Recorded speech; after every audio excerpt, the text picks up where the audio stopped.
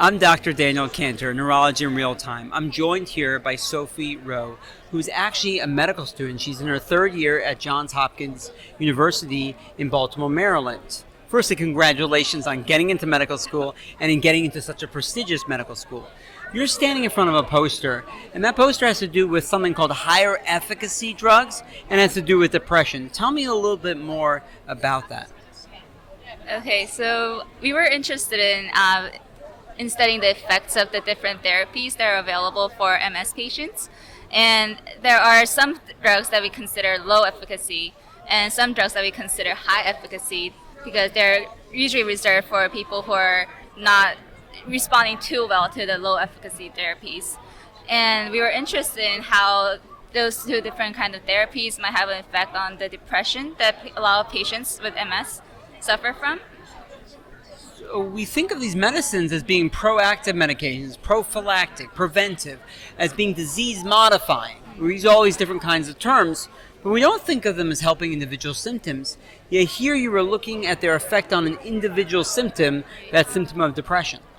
Right. So our driving hypothesis was that depression has an underlying neuroinflammatory component to it.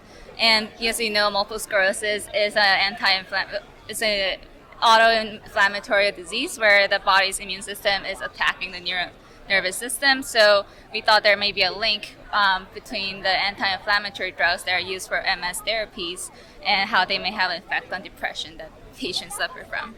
Did you find that link? We may have.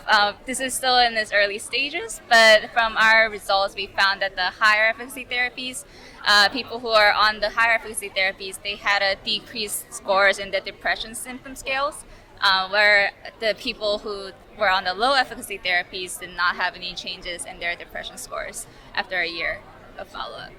So aside from higher efficacy drugs having higher efficacy, meaning having higher strength in terms of disease modification, they may actually help with some of the symptoms of MS and one of the important symptoms, which is depression. But once again, if someone is feeling depression, if you're at home and you're feeling sad or you're feeling lonely or you're feeling hopeless, especially if you're feeling like hurting yourself or hurting other people, please seek medical care. You are not alone. There is a rich community all around you of people who are here to support you. This MS journey is not a journey that you take alone. It may feel that way at times, but you don't have to feel that way. I want to thank you so much, Sophie, soon to be Dr. Rowe, for joining us, and I want to thank all of you back home for joining us at Real Time Neurology.